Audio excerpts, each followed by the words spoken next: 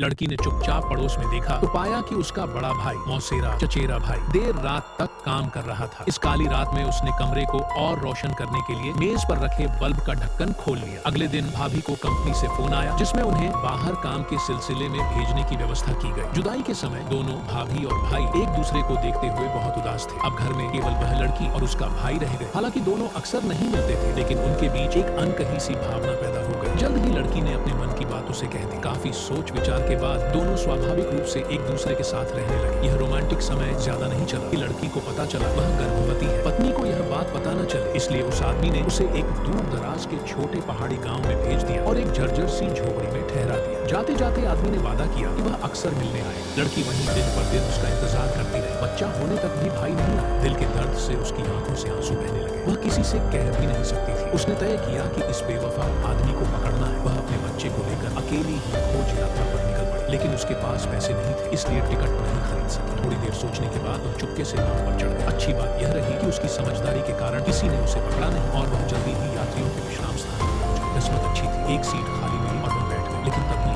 दो टिकट जांच करता वहां आ पहुंचे। उसे चोरी छिपे बैठे थे। वे उसे जहाज के पुराने कप्तान के सामने ले। पूछताछ करने पर पता चला कि लड़की बिना टिकट चढ़ गई। इसके बाद दो सहायकों ने पहले उसका बच्चा उठा लिया और लड़की से कहा कि वह अपने बदले टिकट की कीमत अदा करे। कुछ ही मिनटों बाद जब बच्चा वापस लेने का समय आया तो उन दोनों सहायकों ने उसे रोक दिया। दोनों आदमियों से गुजरते हुए लड़की अपने बच्चे को सीने से लगाकर फूट फूट कर रो पड़ी। दिल में बहुत बेबसी थी, कोई रास्ता नहीं था।